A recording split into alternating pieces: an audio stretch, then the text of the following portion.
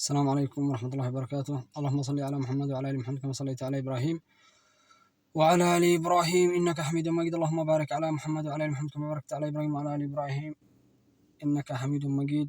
رب اشرح لي صدري ويسر لي أمري واحلل عقدة من لساني يفقهوا قولي. بصدد الحملة نريد كما قلنا لكم سابقا نريد حملة عالمية مع بداية العام الجديد. نريد أن يكون هذا العام عام الاستغفار وعام العودة.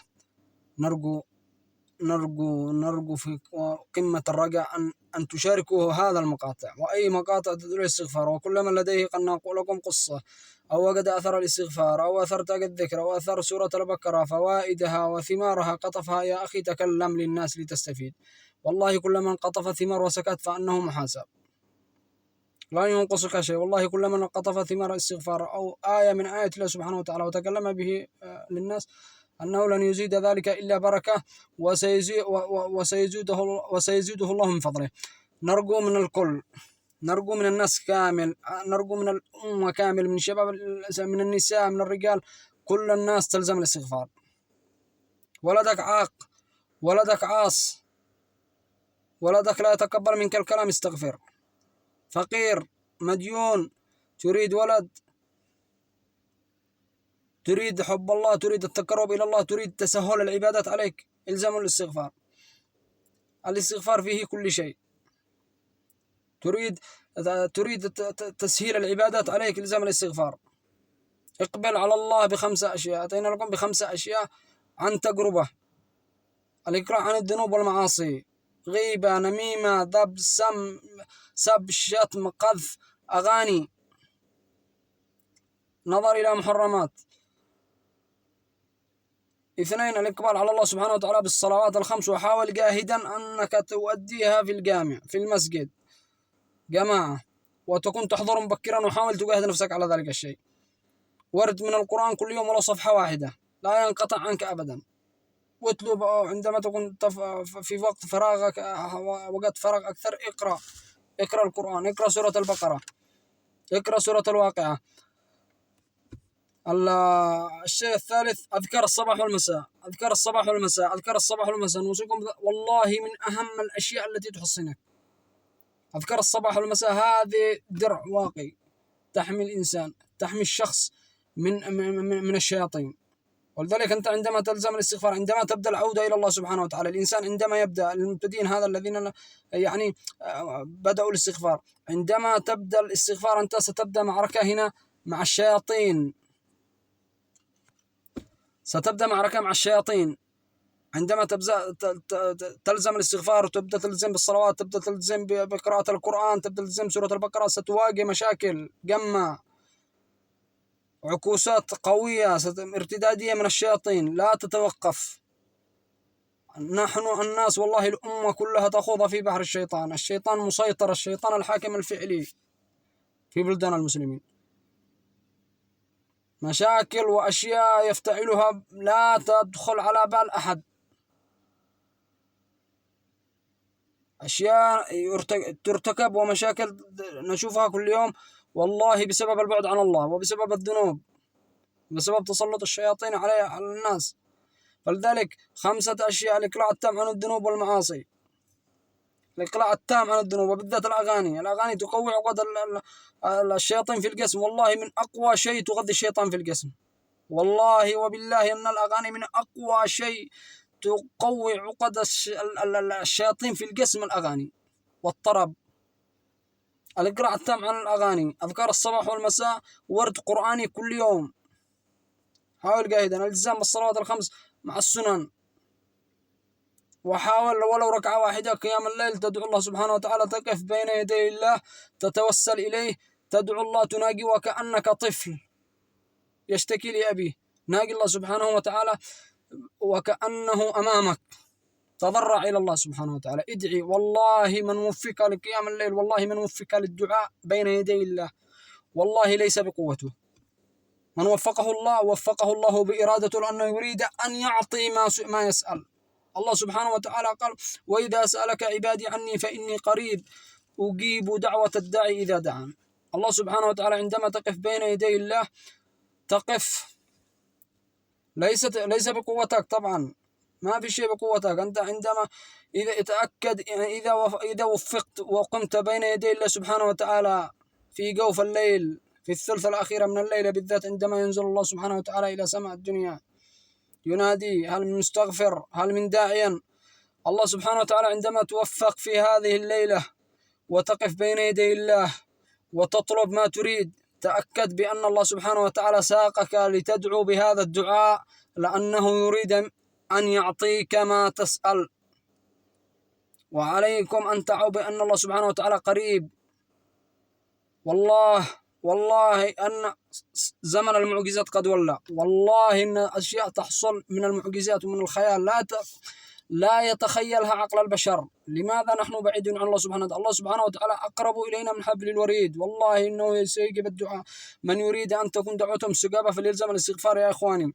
من يريد أن يطوع أبنائه، من يريد أن يكون أولاده أذكياء في الدراسة فعليه بإلزام الاستغفار. النساء في البيوت، والله بأن التزام ربة البيت، امرأة إذا التزمت ربة الأسرة الأم في البيت، تأكد أن الأمور ستمشي على ما يرام في البيت، سيصلح الأولاد وسيطيعونها، ستبدأ الأمور تتفكفك، ستبدأ والله حتى الزوج إذا هو خارب أو بعيد عن الله أو مقصر سيعود إلى الله سبحانه وتعالى، سيعود الأطفال تدريجيا. وهناك الكثير من القصص. تريد أن تطوع يا أخي، عندما تلزم الاستغفار يا أخي حياتك تتغير 180 درجة عن تجربة شخصية. طريقة تفكيرك للحياة للمستقبل، ما تفكيرك هذا الذي كنا نفكر به سابق يتغير، يقتلب رأسا على عقب. فلذلك نحن بصدد حملة عالمية، حملة في بلاد المسلمين كامل، نريد العودة إلى الله سبحانه وتعالى بالاستغفار. الزموا الاستغفار بكثرة، لأنه الاستغفار إذا لزم، ليش الاستغفار بالذات؟ لأنه الاستغفار كما قلنا لكم هو استغفار للذنوب لما ارتكبنا في السنين والأيام والشهور السابقة، ذنوب بلا حساب. الذنوب هذه بلا حساب، ذنوب غيبة، نميمة، قذف، سب، شتم، تقصير في قنبات الله، تقصير في حق الله، تقصير في الصلوات. بل بعض الناس والعياذ بالله يعني وكأنه غير مسلم، يجزع الأسبوع والله الشهر. بعض الناس أقسم بالله لا يعرف القبلة. وين رايحين؟ يكفينا ذل، يكفي الأمة هذه ذل، ويكفي انغماس ذل غير سابق، يعني غير من نوعها. يعني الأمة الإسلامية وصلت إلى الحضيض، إلى القاع. نريد جيل جديد، نريد جيل مستغفر. والله لن تنهض إلا بالعودة إلى الله سبحانه وتعالى، وبداية العودة ستكون بالاستغفار. إلزام الاستغفار ستسهل بقية العبادات عليكم، ستحب العبادات بشكل غير طبيعي، وستجد ثمار العبادة هذه طبعا. ستجد إجابة الدعاء، ستجد المال والزوجة الصالحة، وستجد السيارة، وسيأتي الله سبحانه وتعالى. الله سبحانه وتعالى قال، والله سبحانه وتعالى الله سبحانه ومن أصدق من الله قيلا. والرسول قال، والله سبحانه وتعالى قال عن النبي لا ينطق عن الهوى. ولذلك عودوا إلى الله سبحانه وتعالى، والله سبحانه وتعالى لا يخلف الميعاد. عندما قال الله سبحانه وتعالى ادعوني أستجيب لكم، عندما تدعو الله تأكد أن الله سبحانه وتعالى سيعطيك، لأن الله سبحانه وتعالى لا يخلف الميعاد. الله سبحانه وتعالى عليك أن تؤمن بالله بهذه الطريقة في عقلك، أنك عندما أنت وقفت بين يدي الله تأكد أن الله وفقك لتقف بين يدي الله سبحانه وتعالى، لأنه سيعطيك ما تسأل. تعاملوا مع الله بقرب، بعمق، اعبد الله كأنك تراه. الله سبحانه وتعالى أقرب إلينا من حبل الوريد، والله سيعطيك كل ما تريد. والله لو عادوا الناس جميعا لتغير الوضع هذا في لمح البصر. والله لصرف عنا الأشرار والمتسلطين على هذه الأمة وعلى ديننا وعلى أطفالنا، والله لصرفهم الله بلمح البصر. الله سبحانه وتعالى يقول للشيء كن فيكون. ولذلك أنت والله لو تمتلك ما امتلكت من القوة وأنت بعيد عن الله، والله لن تنتصر. النصر يأتي بالله. إن تنصروا الله ينصر الله قبل في دينك وفي صلاتك في قربك إليه، ينصرك بدون عدة وبدون عتاد. نرجو مشاركة هذا المقطع، نرجو من كل من لديه قصة. قلنا لكم هناك قناة بالتليجرام فتحناها من أجل أي شخص أو أي أخت لديها قصة ووجدت أو قطفت ثمار الاستغفار لم تتكلم بها للناس، والله إنك محاسب أمام الله سبحانه وتعالى. انشرها يا أخي، انشرها قناتنا مفتوحة على مدار الساعة. تريد أن تنشرها سجل مقطع صوتي سننشرها لكم هنا للناس، من أجل الناس من أجل أن تتحفز. عندما الناس يلزم الاستغفار ويجد قصص عن هذه الأشياء يتحفز. فلذلك القناة مفتوح، يمكنك مراسلة أحد المشرفين وإرسالنا.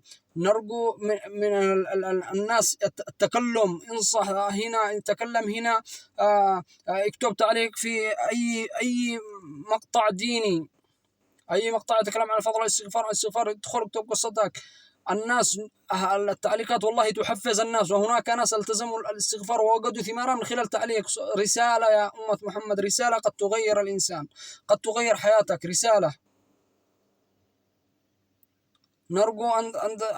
نرجو والله إني لأتمنى من كل الناس أن تستغفر والله. تحياتي لكم، تحياتي لكل المستغفرين، تحياتي لكل من نشر، تحياتي لكل من تكلم عن الاستغفار، تحياتي للوالد محمد حجازي، تحياتي لك من أعماق قلبي والله، تحياتي لأخ إبراهيم الحربي، على رؤوسنا أنتم حقيقة. والله أبو أحمد محمد حجازي والله أنه أعطى الناس ما لم يعطوه كثيرا من المشايخ حقيقة، يعني ليست مسبة للمشايخ أو استنقاصا منهم، ولكن عاش آية من آيات الله فتكلم بها. هذا يعني الفرق. المشايخ تكلموا عن فضل الاستغفار ولكن لم يعيشوا، لم لم يعيشوا معنى الاستغفار. يستغفرون قدهم، والعلماء قدهم ورثة الأنبياء، ولكن عندما يعيش الشخص آية ويأتيك بكل تفاصيلها، العقل يستوعب، الناس تستوعب، الناس تتقبل. ولذلك نشكر كل من ينشر عن الاستغفار، عن فضل تاج الذكر، عن فضل سورة البقرة. تحياتي لكل من يشاهد، تحياتي لكل من يشارك، تحياتي لكل من ينشر، تحياتي لكل من يصل رسالة إلى الناس، تحياتي لكل. والله أقسم بالله لن تنهض هذه الأمة إلا بالعودة إلى الله، وبداية الطريق هي بالاستغفار. تحياتي لكم جميعا. السلام عليكم ورحمة الله. سيكون لنا لقاءات قادمة، وأي استفسار القناة التليجرام مفتوح، أو بالتعليقات، أو بقناة الواتساب، التيك توك، حساب قناة الاستغفار على تيك توك. تحياتي لكم جميعا. السلام عليكم ورحمة الله وبركاته.